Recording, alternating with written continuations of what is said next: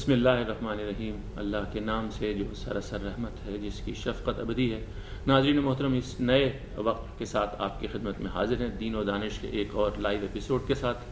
آپ جانتے ہیں کہ یہ پروگرام ہوا کرتا تھا اتوار کے روز، اب یہ ہوا کرے گا رمضان کی حد تک تو ہفتے کے روز ہی ہوگا، 4:05 سے 2 گھنٹے کے لیے لائیو۔ غامدی صاحب مستقل ہمارے ساتھ ہوں گے ان ساری نشستوں میں، اور اس کے بعد جو اتوار کا دن ہے اس میں انشاءاللہ اس کا ریپیٹ ٹیلی کاسٹ آپ دیکھ سکیں گے اسی وقت، یعنی 10 سے 12 کے درمیان۔ خواتین و حضرات، آپ جانتے ہیں اس پروگرام کا کچھ فارمیٹ اس طرح کا ہے کہ اس کے پہلے حصے میں ہم قرآن مجید کا مطالعہ کرتے ہیں، اور غامدی صاحب کی رہنمائی میں اس سے قبل ہم نے سورہ بقرہ کے کچھ اہم مقامات کی تلاوت آپ سے سنی، ترجمہ آپ کا کیا ہوا ہم نے سنا، اور آپ سے اس کی تشریح بھی۔ یہ جو آیات زیر بحث گزشتہ ہفتے سے ہے، ان میں قصہ آدم و ابلیس زیر بحث ہے۔ اس میں جو آیات 34 سے 39 تک ہیں، یہ 34 سے 29 تک ہیں، 34 سے 39 تک، اس میں جو قصہ آدم و ابلیس کے کچھ پہلو تھے جن کا تعلق آپ کی نظر میں اللہ تعالیٰ کی اس اسکیم کے بارے میں تھا جو انہوں نے انسانوں کو دنیا میں بھیجنے کے بارے میں ہم کو قرآن مجید کی تعلیم کے ذریعے بتائی۔ اس حصے کا تعلق جس میں انانیت کے مسئلے پر آپ نے گفتگو کی، یعنی فرشتوں کو جب حکم دیا گیا سجدہ کرنے کا تو اصل میں ان کا امتحان مقصود تھا، وہ برتر تھے، لیکن آدم کو سجدہ کرنے کا مطلب یہ تھا کہ وہ اللہ کے حکم کی کیسے تعمیل کرتے ہیں، اس پر مزید بھی آپ نے شرح فرمائی تھی۔ آج میں اس کے دوسرے حصے کی جانب آتا ہوں۔ آپ نے یہ بھی فرمایا تھا کہ اس میں حضرت آدم اور حوا کو پھر جنت میں رکھا گیا یا کسی باغ میں رکھا گیا، اگر آپ اس کا ترجمہ کر لیں، اور وہاں پر ان سے کہا کہ کھاؤ پیو، آرام سے رہو وہاں پر، اور اس درخت کے پاس مت جانا۔ یہ ظاہر ہے ایک سوال پیدا ہوتا ہے کہ یہ مجاز ہے یا حقیقت ہے، کہ اس درخت سے کیا مراد تھی، اور وہیں سے آپ نے ہمیں یہ بتایا کہ اس سے مراد اصل میں جنس کا امتحان تھا جو انسانوں کو پیش آنا ہے اس دنیا کے اندر، اور وہاں یہ بھی بتایا گیا کہ کس طرح سے کوئی حملہ آور ہو سکتا ہے شیطان کی صورت میں۔ تو میں چاہتا ہوں آپ یہاں سے ہمارے اب آگے کچھ رہنمائی کریں۔ چند حرف پہلی چیز کے بارے میں بھی اگر آپ یہ دیکھیں تو یہاں ایک واقعہ ہے جو قرآن نے بیان کی ہے۔ اس میں سیدنا آدم علیہ السلام کو اور ان کی اہلیہ حوا علیہ السلام کو جنت میں یا باغ میں رکھا گیا ہے۔ ایک کردار ان کا ہے، ایک کردار ابلیس کا ہے، اور ایک کردار فرشتوں کا ہے۔ یعنی یہ تینوں کے تینوں جو کردار ہیں وہ ہمارے سامنے اس واقعے میں آتے ہیں۔ اس میں سب کا امتحان ہو رہا ہے، یعنی ایک امتحان وہ ہے جو آدم و حوا کے لیے برپا کر دیا ہے، ایک امتحان وہ ہے جو جنات کا ہو رہا ہے، ایک امتحان وہ ہے جو فرشتوں کا ہو رہا ہے۔ فرشتے تو اپنے امتحان میں کامیاب ہوئے، یعنی ان کو سجدہ ریز ہونے کے لیے کہا گیا۔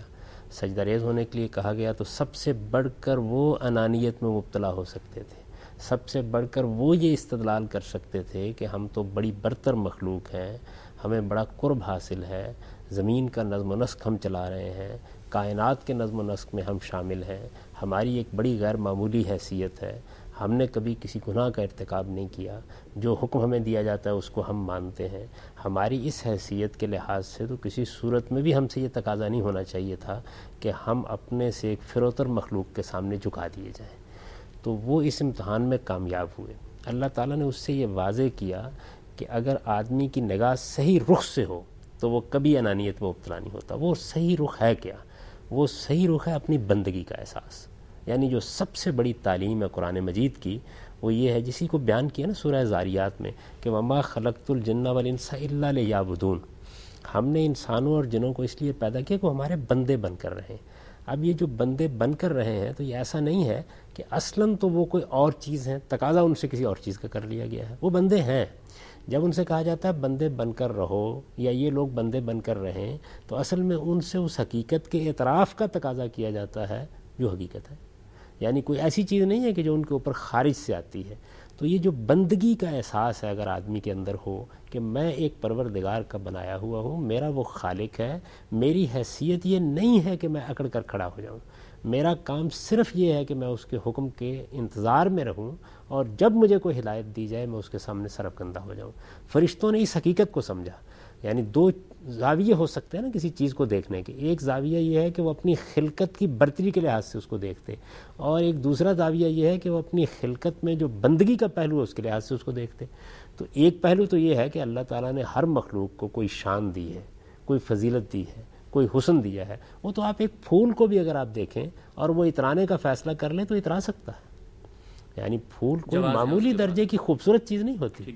اگر آپ دنیا کی کسی چیز کو بھی لے لیں، چاند کو، سورج کو، ستاروں کو، تو چاند کہہ سکتا ہے کہ میں تو زمین پر ذوق پاشیاں کرتا ہوں.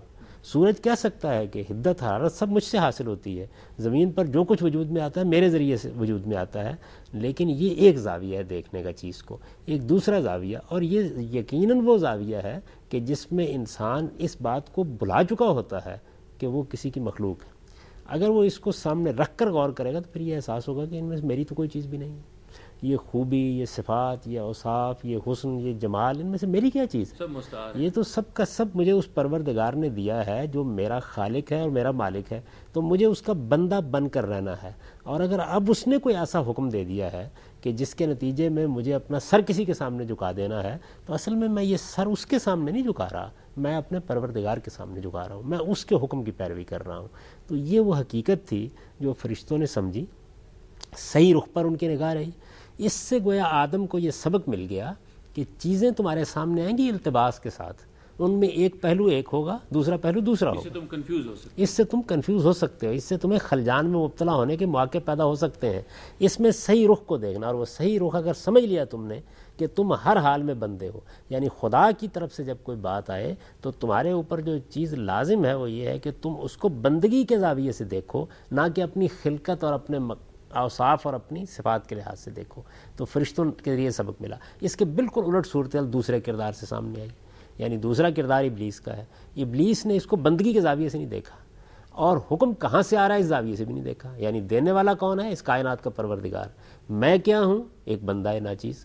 ان دونوں حقیقتوں کو بلا کے اس نے اس چیز کو دیکھا کہ تو نے مجھے آگ سے پیدا کیا ہے، خلقتنی من نار و خلقتہ من طین، یعنی استدلال کر ڈالا یہ اپنی برتری کے احساس میں. اب اس سے قرآن مجید نے یہ بتایا کہ استدلال تو آپ کسی بھی چیز کے حق میں کر سکتے ہیں، لیکن استدلال کا صحیح زاویہ ہوگا تو آپ صحیح نتیجے پر پہنچیں گے، اور غلط زاویہ ہوگا تو آپ غلط نتیجے پر پہنچ جائیں گے.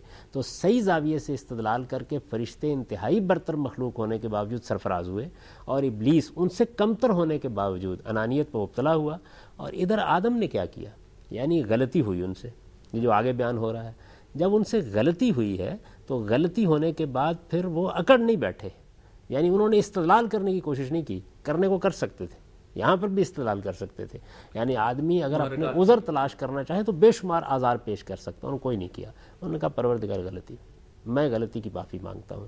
تو یہ معلوم ہوا کہ اگر غلطی کی معافی مانگنے کا داعیہ موجود ہے، یعنی آپ معذرت کرنے کی جگہ پر کھڑے ہیں، آپ معافی مانگنے کی جگہ پر کھڑے ہیں، تو پھر اس کا مطلب یہ ہے کہ آپ سے غلطی جو کچھ بھی ہوئی ہے وہ جذبات سے مغلوب ہو کر ہوئی ہے، وہ غلطی کسی سرکشی کی وجہ سے نہیں ہوئی.